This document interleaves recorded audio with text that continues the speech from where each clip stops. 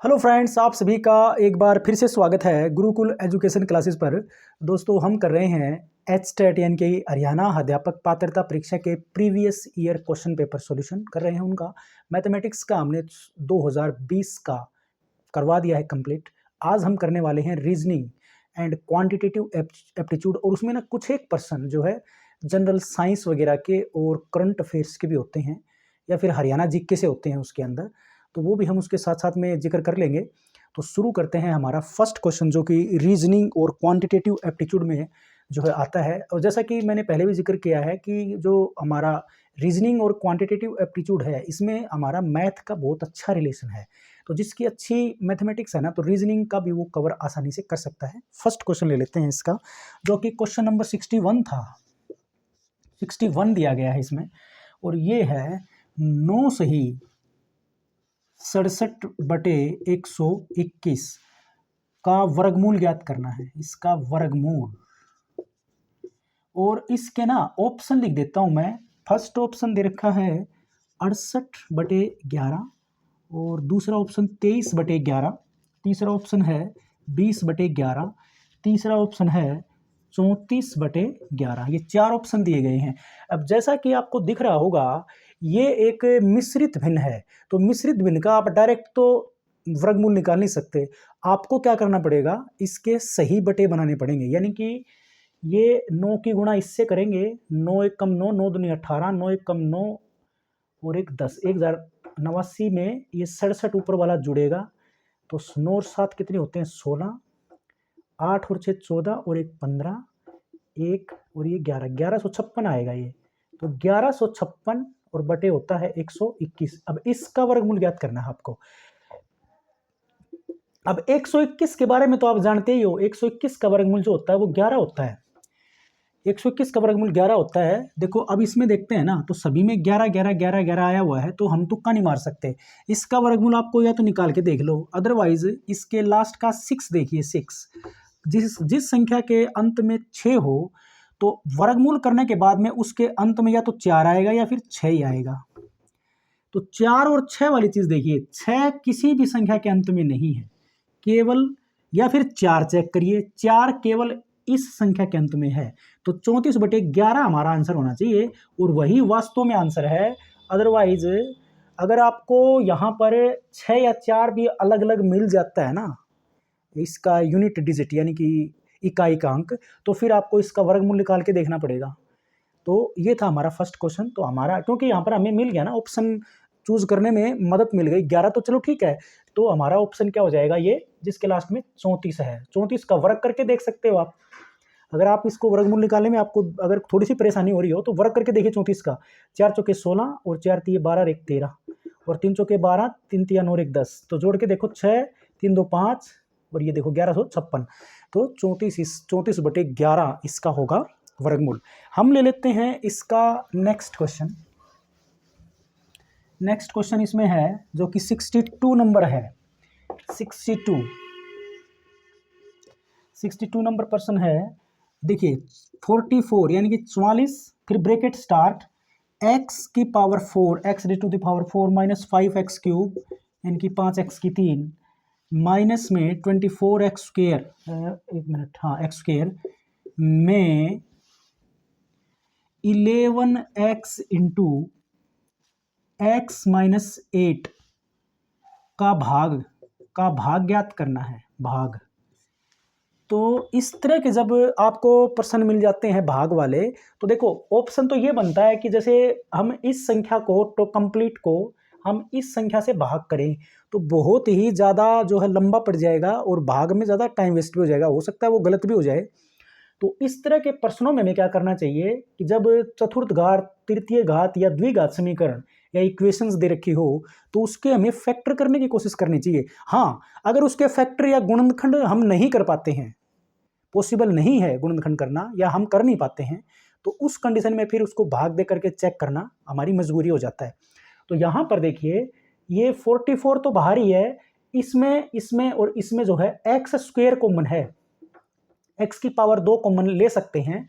तो x square से इसको भाग करेंगे तो ये एक्स स्क्वेयर आएगा, माइनस में ये 5x आएगा, इसका एक्स स्क्वेयर कॉमन लेंगे तो ये माइनस का 24 आ जाएगा।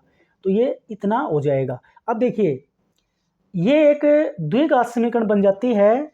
तो जैसा कि आपको दिख रहा होगा द्विघात समीकरण के क्या इसके गुणनखंड पॉसिबल हैं क्या, ये देखना है। और गुणनखंड कैसे करोगे आप, मध्य पद को दो भागों में तोड़ करके। तो मध्य पद को दो भागों में तोड़ोगे ना, तो इसमें जैसा कि मैंने एक दो प्रश्न हमारे इसी में किए थे कुछ, उसमें क्लियर भी समझाने की कोशिश करी थी मैंने। तो उसमें भी बताया था कि ये एक है, एक की -24 से गुणा करेंगे तो -24 आएगा, मध्य पद इसका -5 है। तो ऐसी दो संख्याएं सोचना है जिनकी गुणा कर दें तो आ जाए -24 और जोड़ दें तो क्या आ जाए -5। तो ये मध्य पद है ना हमारा, ये इसको दो भागों में तोड़ने की प्रोसेस है ये। और वो संख्या देखो 8 को 3 से गुणा करते हैं ना तो 24 आ जाएगा। हमें ये क्योंकि माइनस का चाहिए तो या तो हमें ये माइनस का लेना पड़ेगा या फिर ये माइनस का। अब माइनस में क्योंकि ये माइनस में आंसर आ रहा है जोड़ने से, तो हमें -8 लेना पड़ेगा। तो ऐसा करने से हमें इसके फैक्टर मिलेंगे x -8 और x + 3, ये फैक्टर इसके हो जाते हैं।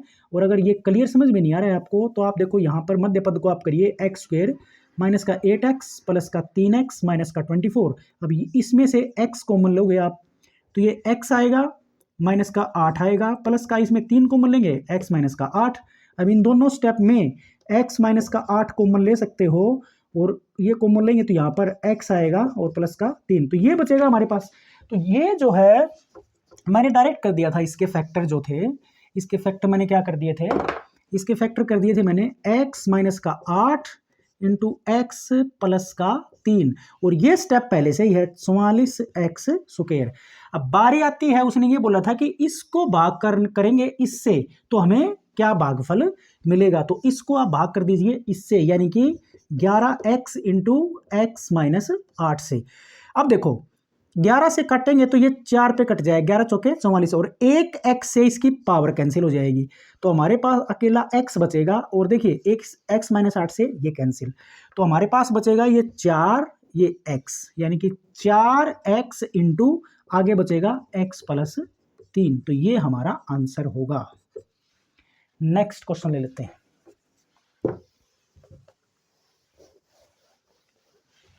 नेक्स्ट क्वेश्चन दिया गया है कि यदि देखिए 63 नंबर प्रश्न में क्या कहता है, यदि 11 मीटर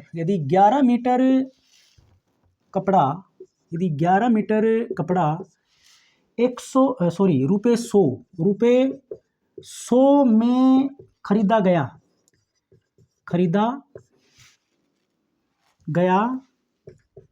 तथा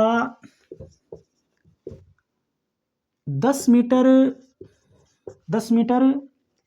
रुपये 110 की दर से बेचा गया तो लाभ प्रतिशत क्या होगा। लाभ प्रतिशत पूछ रखा है इसमें। तो लाभ प्रतिशत तो आप तब निकाल पाओगे जब आपके पास लाभ होगा। लाभ के बिना आप लाभ प्रतिशत नहीं निकाल सकते।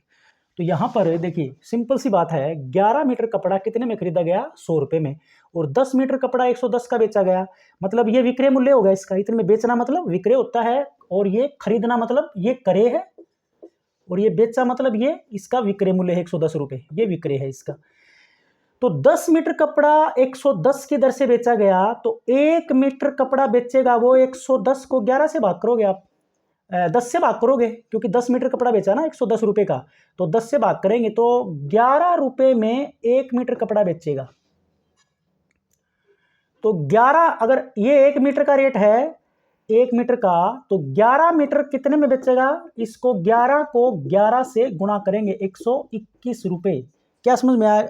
आई थिंक क्लियर हुआ होगा कि 10 मीटर कपड़ा 110 रुपये का बेचता है वो, तो 1 मीटर कपड़ा बेचेगा 110 को आप इस 10 से भाग कर देंगे, 11 रुपये आया।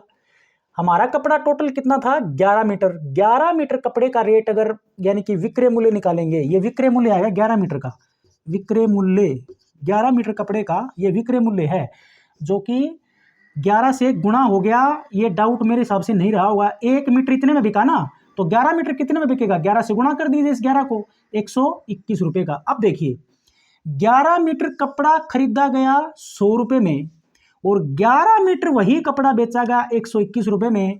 तो आप देख ही रहे होगे ₹21 का लाभ हुआ, क्योंकि 100 में खरीदा था 11 मीटर और 11 मीटर 121 में बेचा, ₹21 का लाभ हुआ। अब यहां पर तो वैसे भी कपड़ा कितने में खरीदा था? 100 पर, 100 पर ₹21 बढ़े तो कितने रुपए का लाभ हुआ? 21% का। आप उदाहरण के रूप में भी मेंटली भी आप सोच सकते हो 21% का लाभ हुआ होगा। और नहीं तो आप लाभ प्रतिशत का फार्मूला, लाभ गुणा में 100 बटे करे, तो लाभ कितना है? 21 गुणा में 100 करे 100 ही है। देखो 100 से 100 कट जाएगा तो 21 ही आएगा, 21% लाभ आ जाएगा। नेक्स्ट, ये 63 नंबर था। अब चलेंगे हम 64 की तरफ। 64, ये है 64 नंबर। 64 में कहता है कि संख्या श्रेणी का अगला पद निकालना है। तो पहला पद दिया है 1, फिर उसके बाद में 4, उसके बाद में दिया गया है 10, 10 के बाद में दिया गया है 22, और उसके बाद में 46 और डॉट डॉट डॉट डॉट। 46 के बाद में नेक्स्ट पद ज्ञात करना है। तो देखिए ये एक रीजनिंग का ऐसा प्रश्न है, इसके अंदर आपको जो है इस सीरीज के अंदर, ये जो एक सीरीज बना रखी है इसने, इसके अंदर जो क्या है, इसके अंदर क्या जोड़ घटा गुणा भाग या फिर अनुपात कुछ ऐसा दिया गया है, या वर्ग दिया गया है, घन दिया गया है, उसको आपको देखना पड़ेगा कि क्या किया गया है। अगर आप अंतर की बात करो तो 1 में 3 जोड़ने से आपको 4 मिलेगा। अब 4 में 6 जोड़ने से 10 मिला, और 10 में 12 जोड़ने से 22 मिला, और 22 में 24 जोड़ने से 46 मिलेगा। देख लीजिए 22 और 24 46 होते हैं। तो 46 में क्या जोड़ा जाए? आप सीक्वेंस समझ गए होंगे, ये डबल कर रहा है। 3 का दुगना 6, 6 का दुगना 12, 12 का दुगना 24, यानी कि गुणा में 2 कर रहा है। ये सब में गुणा में 2, गुणा में 2, तो 24 का डबल करेंगे तो 48 जुड़ जाएगा। तो 48 जुड़ेगा 46 दूनी 92 और 2 94। तो इससे अगला स्टेप क्या आएगा? 94। तो ये सीक्वेंस जो दिया गया है वो आपको समझना पड़ेगा। ये था हमारा क्वेश्चन नंबर 64। इसके बाद में हम चलते हैं 65 की तरफ। 65 नंबर प्रश्न जो हमारा है वो क्या है कि 12,000 रुपए पर, रुपए 12,000 पर 10% वार्षिक, 10% वार्षिक चक्रवृद्धि ब्याज की दर से, चक्रवृद्धि ब्याज की दर से 1/2 वर्ष का 1/2 वर्ष में कितनी राशि चुकानी पड़ेगी? में कितनी राशि चुकानी पड़ेगी? कितनी राशि चुकानी पड़ेगी जबकि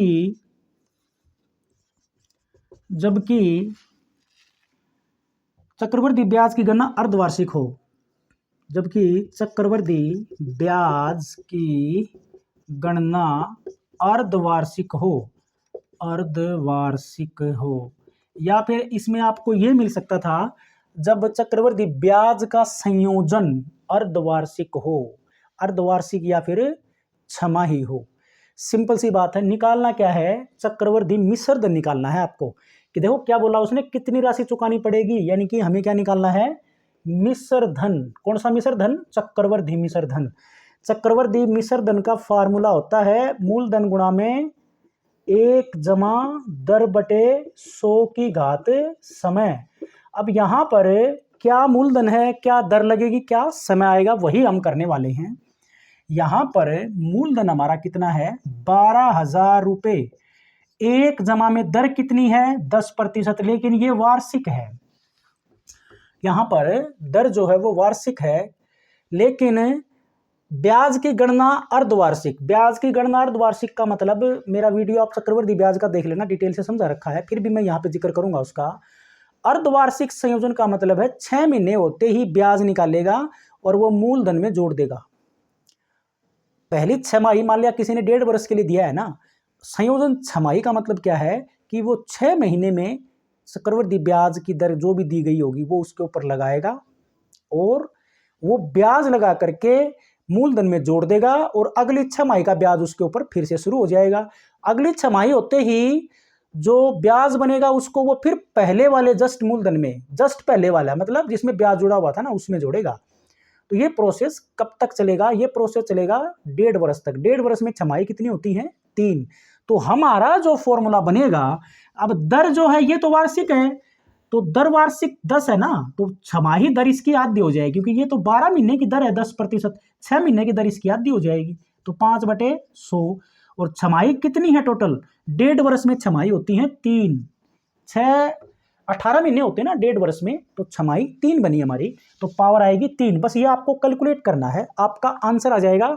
जैसे मैं कर दूं इसको, 5 से काटेंगे तो ये 20 पे कटेगा, 1 जमा 1/20 यानी कि 21/20, यानी कि ये 12,000 गुणा में 21/20 गुणा में 21/20 गुणा में 21/20। कैलकुलेट करेंगे, ये 0 तीनों जो है ये कट जाती हैं, 2 से काटेंगे 6 पे कटेगा, फिर 2 से काटेंगे तो ये 3 पे कटेगा। तो ये सिर्फ आपको गुणा करनी है, 21 की 3 की गुणा होगी तो 9261 होती है इनकी गुणा, 21 की 3 होती है 92,000, 9261।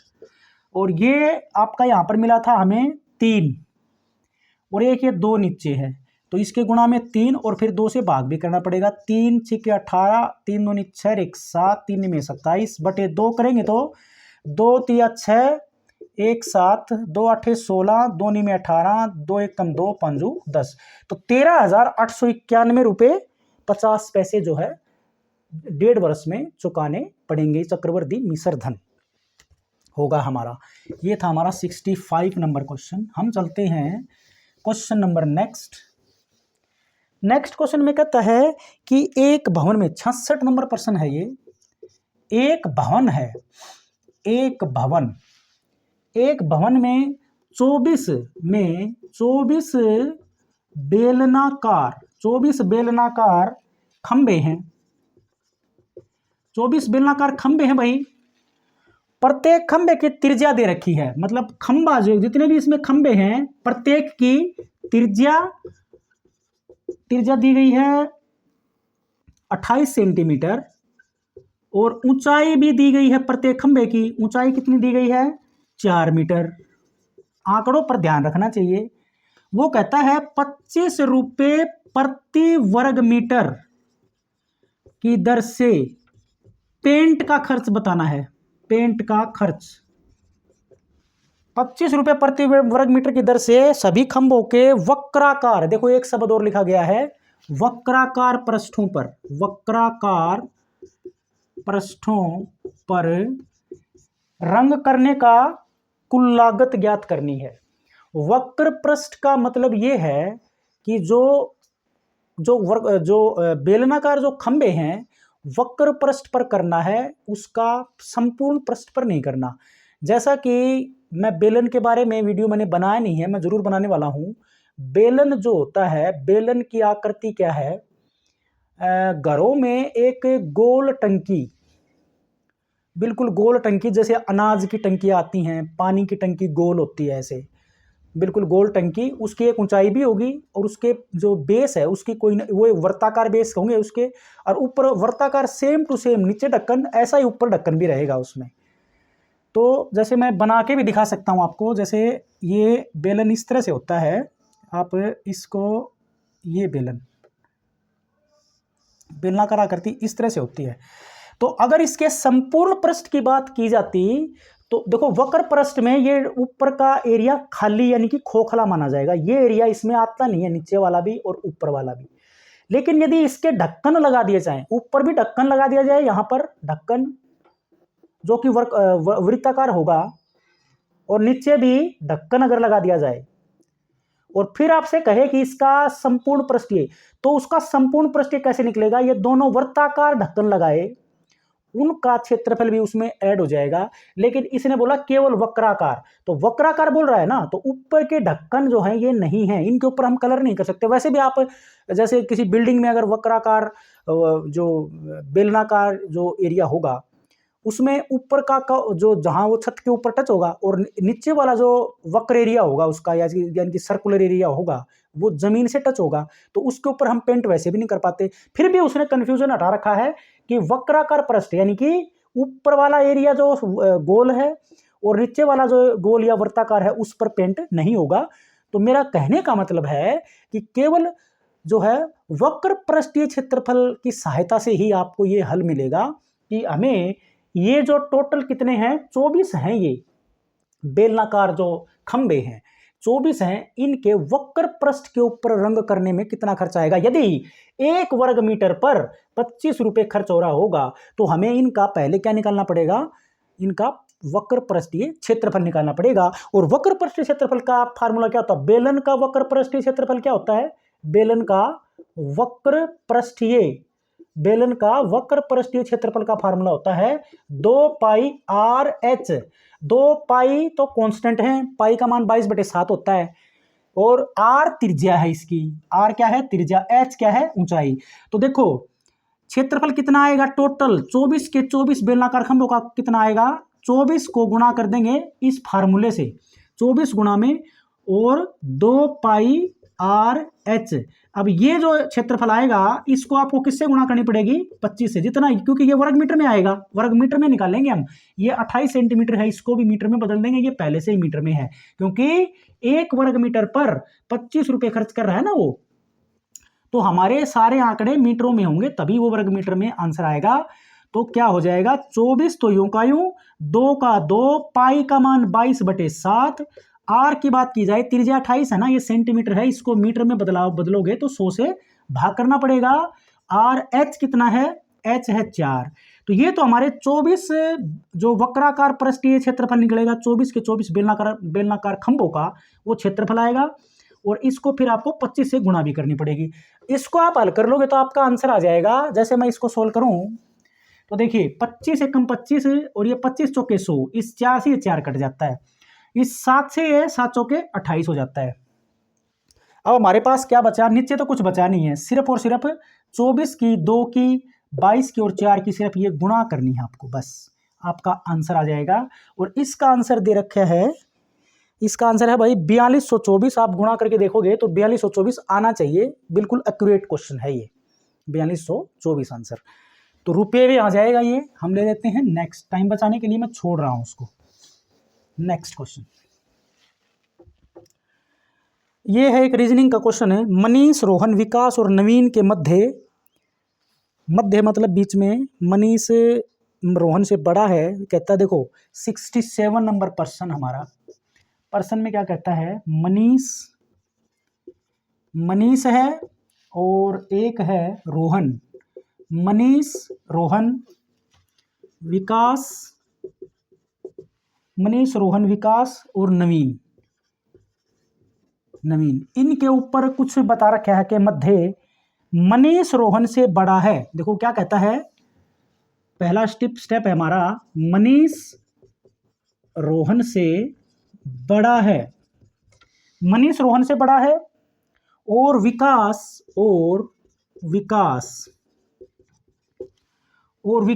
नवीन और रोहन से छोटा है। विकास जो है वो नवीन और रोहन से छोटा है।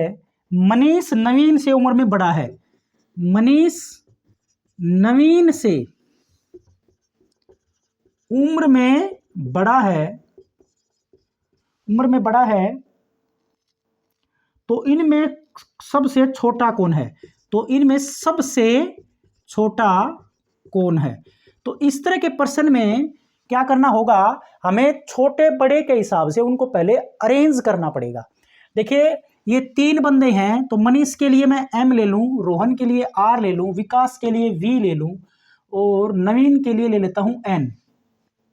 सीरीज बनाते हैं। देखिए क्या कहता है, मनीष रोहन से बड़ा है, मनीष बड़ा है ना, तो मनीष के लिए M लिया और रोहन के लिए R मैं ये ले लेता हूं। ये बड़े वाले ऊपर लिख रहा हूं मैं, छोटे वाले इसके नीचे लिखूंगा।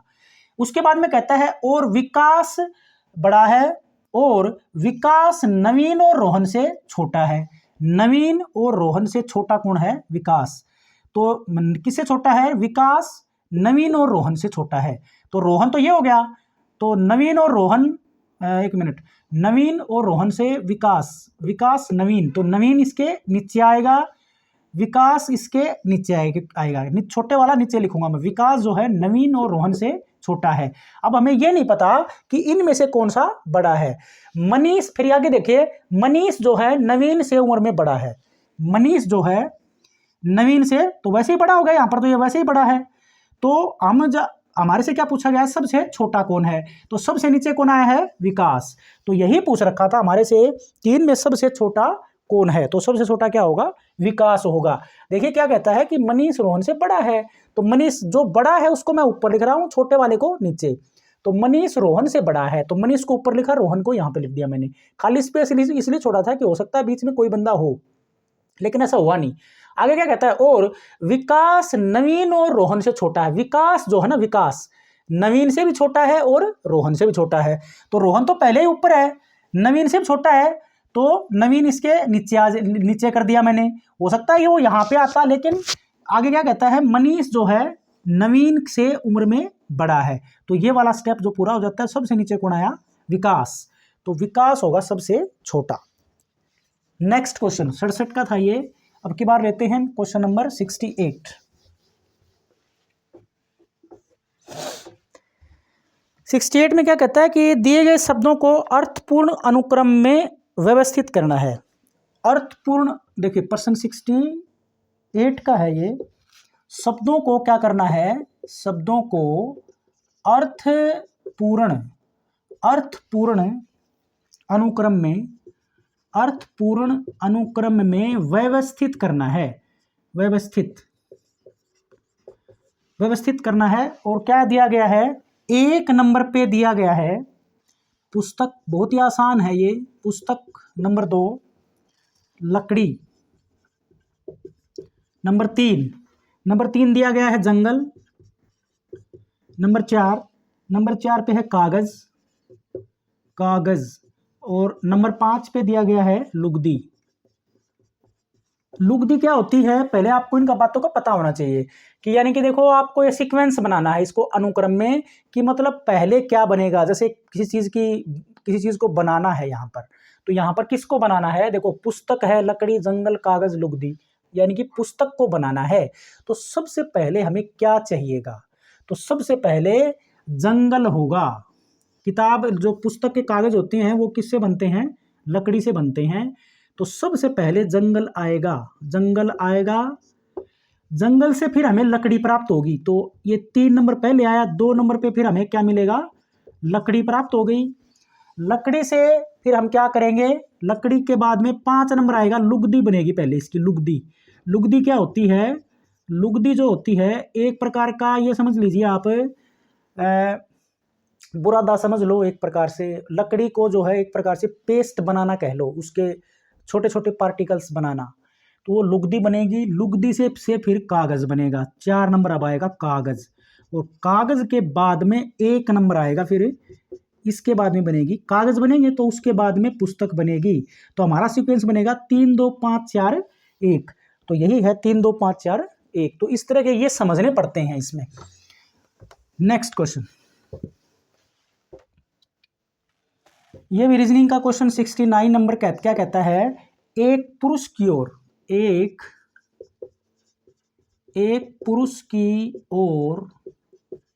इंगित करते हुए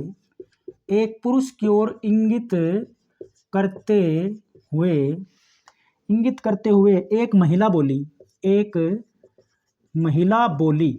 क्या बोली, एक महिला बोली, क्या बोली है, इसकी माता मेरी माता की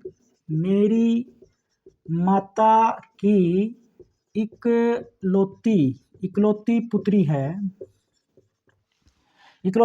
है। महिला उस पुरुष से किस प्रकार संबंधित है, मतलब महिला और पुरुष का क्या संबंध है ये बताना है। तो इस तरह के प्रश्नों में देखिए क्या करना है आपको, एक पुरुष की ओर इंगित करती है, मतलब इशारा करती है।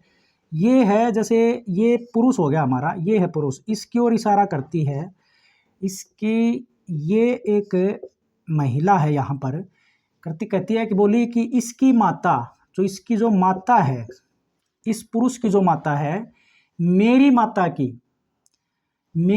की इकलौती पुत्री। तो ये महिला की माता यहाँ हुई, ये महिला की भी माता है और इसकी भी माता है, और ये क्या है, इकलौती।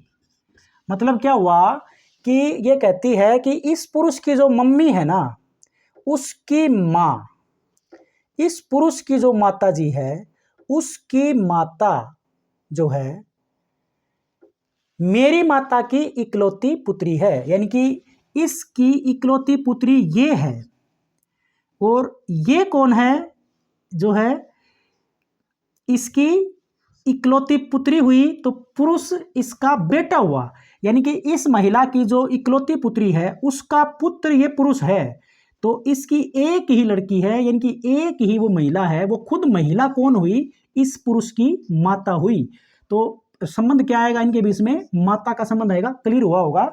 ये कहता है, इशारा करते हुए कोई महिला ये कहती है कि ये जो पुरुष है इसकी जो माता है वो, इसकी माता की जो माता है वो किसकी माँ है? मेरी माता की इकलौती पुत्री है। मतलब वो खुद के बारे में बता रही है कि वो उसकी इकलौती पुत्री है, मतलब एक ही पुत्री है, और वो पुत्री इसकी माँ है। तो ये खुद हुई, ये खुद महिला क्या है फिर? इसकी माता हुई। क्लियर हो गया होगा आई थिंक। 69 था ये। 69। इसके बाद में हम लेते हैं 70 नंबर क्वेश्चन में क्या कहता है? एक ऐसी संख्या ज्ञात कीजिए। प्रश्न क्या कहता है? एक ऐसी संख्या ज्ञात कीजिए, एक ऐसी संख्या ज्ञात कीजिए जिसका 1/4, क्या कहता है? जिसका 1/4, जिसका 1/4 7 से 3 अधिक है, 7 से 3 अधिक है। बिल्कुल ही आसान प्रश्न है ये। माना वो संख्या x है और वो क्या कहता है? एक संख्या, ऐसी संख्या ज्ञात कीजिए जिसका 1/4, और इसका 1/4 क्या होगा? 1/4। x का 1/4 1/4 किसके बराबर है? 7 से 3 अधिक। 7 से 3 अधिक का मतलब 7 में 3 जोड़ देंगे तो वो 10 हो जाएगा बस। तो ये 10 के बराबर x निकाल लो, तो ये 4 गुणा में जाएगा तो 40। वो संख्या क्या होगी फिर? वो संख्या ही निकालनी थी, तो वो संख्या क्या होगी? 40। बिल्कुल इजी था। नेक्स्ट क्वेश्चन 71 नंबर में क्या कहता है कि यदि 264 और यहाँ पर एक स्टार का निशान बना हुआ है, स्टार 2 बराबर 6, और नेक्स्ट देता है 870, फिर यहाँ पर स्टार और 3 बराबर 11, तो वो कहता है कि 735 और ये स्टार 5, इसका मान निकालना है। तो वही का वही है, इनका कोई मेथड नहीं होता। आपको ये समझना है कि इसमें क्या कर रखा है, जोड़ घटा गुणा भाग वर्ग घन क्या कर रखा है, वो देखना है आपको। तो देखिए 6 कैसे आए, या फिर इससे 11 कैसे आए, तो हम एक बार देखते हैं। देखो इसमें क्या कर रखा है, 264 को अगर हम 2 से भाग करके देखें, 2 1 कम 2, 2 3 6, 2 दूनी 4, तो देखो 132 को अंकों को जोड़ेंगे तो 6 आएगा। अब दूसरे वाले पे देखो 870 को 3 से भाग करो तो ये आएगा 3 दूनी 6, 3 में 27, तो इसके सभी अंकों को जोड़ोगे तो 11 आएगा। तो सीक्वेंस समझ में आ गया हमारे पास। क्या कर रखा है उसने, इस स्टार के बाद वाली संख्या से इसको भाग दिया, भाग देने के बाद में जो अंक मिले उनको जोड़ किया, तो इसको 5 से भाग करेंगे ना, तो 5 1 कम 5, 2 3, 5 के 20 और 5 7 35 मिला। इसको जोड़ेंगे तो 4 और 1 5 और 7 12, तो इसका आंसर क्या आएगा? 12। ये क्वेश्चन था हमारा 71। अब की बार चलते हैं क्वेश्चन नंबर 72 नंबर प्रश्न पे जाते हैं भैया। 72 में कहता है 5 मीटर 2 समान समकोणिक सड़कें हैं, 5 मीटर चौड़ी हैं 2 समकोणिक का मतलब ये है कि वो एक दूसरे पर समकोण बनाती हैं। समकोणिक सड़कें 70 मीटर लंबे और 45 मीटर चौड़े, 70 मीटर लंबे और 45 मीटर चौड़े, 45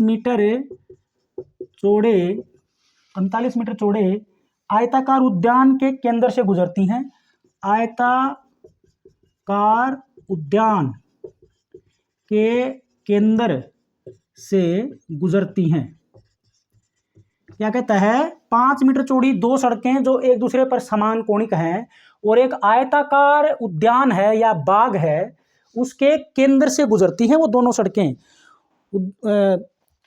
उद्यान के दीवारों के समानांतर भी हैं, मतलब जो सड़कें बनी हुई हैं वो उद्यान की दीवारों के समानांतर भी हैं, यही बता रखा है।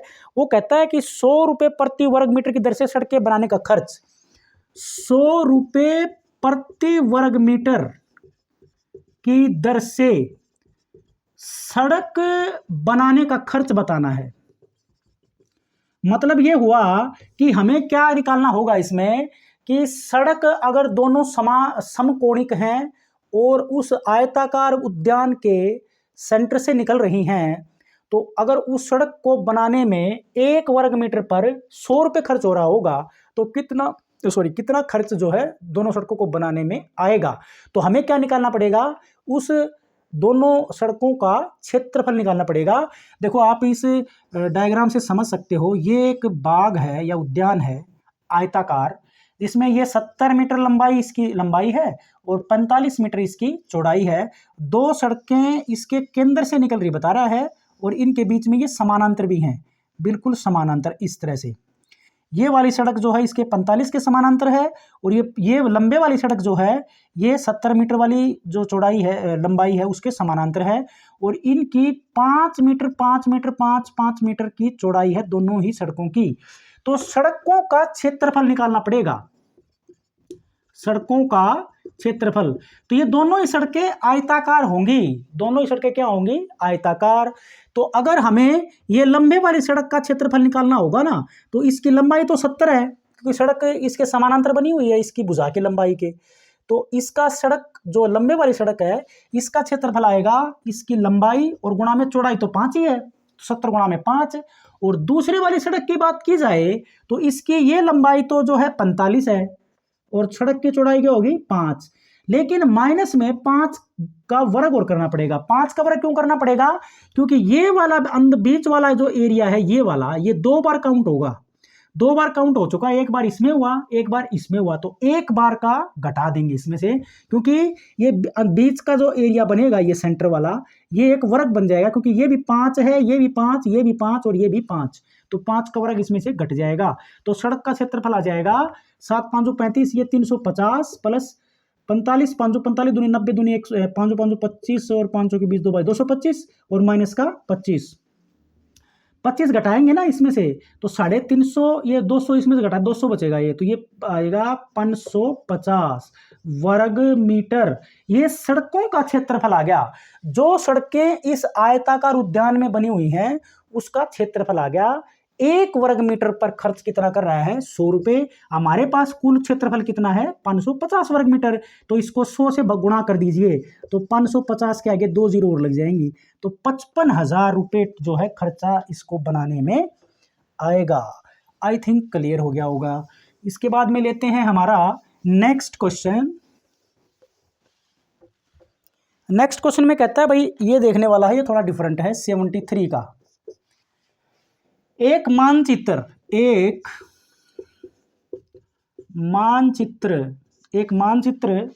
में पैमाना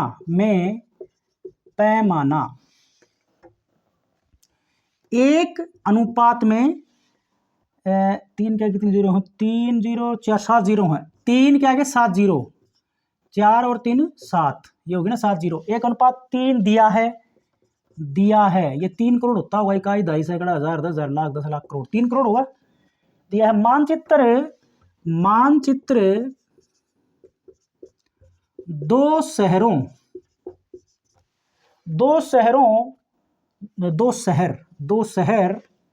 4 सेंटीमीटर दूरी है। मानचित्र में है, ये में छूट गया, मानचित्र में 2 शहर 4 सेंटीमीटर की दूरी पर हैं, 4 सेंटीमीटर दूरी पर हैं। उनके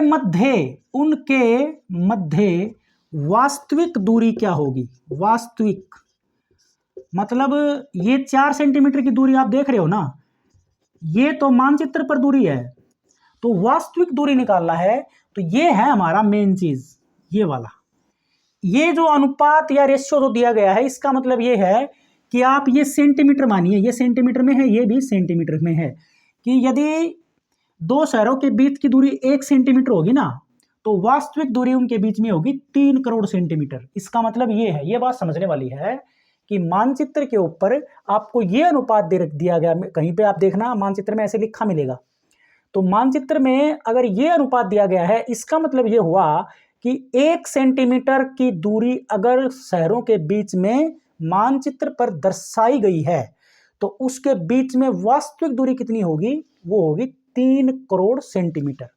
अब मैंने देखा उत्तर इसका किलोमीटर में दे रखा था, अगर सेंटीमीटर में दे रखा होता ना, अगर ये सेंटीमीटर में दे रखा होता तो हमें कुछ बदलाव करने की आवश्यकता नहीं पड़ती। तो हमें क्या करना पड़ेगा, इसको जो है किलोमीटर में बदलना पड़ेगा। और कैसे देखो, यानी कि 1 सेंटीमीटर के लिए वास्तविक दूरी कितनी होगी, वास्तविक दूरी वो है 3 के आगे 7 जीरो, 3 4 5 6 7।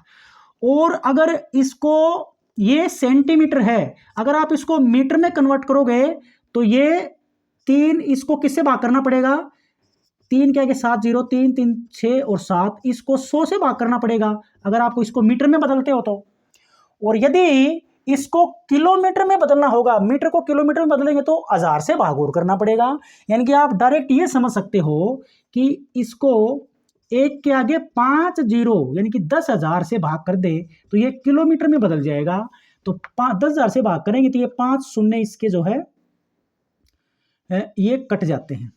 मतलब 1 सेंटीमीटर का मतलब है कि 300 किलोमीटर। मतलब 1 सेंटीमीटर अगर शहरों के बीच की या दो स्थानों के बीच की दूरी 1 सेंटीमीटर है, तो उनकी बीच की दूरी, बीच में की वास्तविक दूरी जो होगी वो किलोमीटर में होगी 300, और मीटर में निकालना हो तो 2 शून्य कट जाएंगे इसके बस, क्योंकि 100 से भाग करेंगे। मेन पॉइंट हमारा ये था। और वास्तविक दूरी हमारी कितनी है, 4 सेंटीमीटर है, तो 4 से इसको गुणा करना पड़ेगा, क्योंकि ये तो 1 सेंटीमीटर के लिए दूरी है, तो 4 गुणा में 300 यानी कि 1200 किलोमीटर दूरी होगी भैया। लेकिन उसने उत्तर में क्या दे रखा है, उसमें दे रखा है पावर्स में, रेडिकल्स में दे रखा था उत्तर इसका, तो आप इसको लिख सकते हो 12 गुणा में 10 की घात 2 किलोमीटर। तो यही आंसर इसमें दिया गया है। आई थिंक इसमें कोई डाउट नहीं होगा, कर लोगे आप। ये था हमारा 73rd नंबर क्वेश्चन। इसके बाद में जाएंगे हम 74। एक विद्यालय टीम ने 74 में क्या कहता है, एक विद्यालय टीम ने गत वर्ष में 4 जीते खेलों के मुकाबले, 4 जीते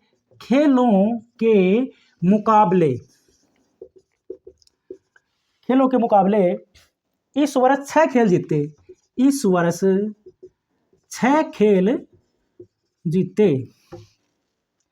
प्रतिशत वृद्धि ज्ञात करना है, तो निकाल लोगे ये प्रश्न आप। प्रतिशत वृद्धि ज्ञात करना, कितने की प्रतिशत वृद्धि या लाभ प्रतिशत वाला मैटर है ये, कितनी वृद्धि हुई। तो वास्तव में हमें ये पता होना चाहिए कि वैसे कितनी वृद्धि हुई। तो पिछले वर्ष उन्होंने 4 जीते थे, इस वर्ष कितने जीते, 6, यानी कि 2 की वृद्धि हुई। तो 2 बटे कहाँ से बढ़े, 4 से, 2 बटे 4 गुणा में 100, बस ये था। 2 से काटेंगे 2 दूनी 4, 2 से काटेंगे 50, तो 50% की वृद्धि हुई।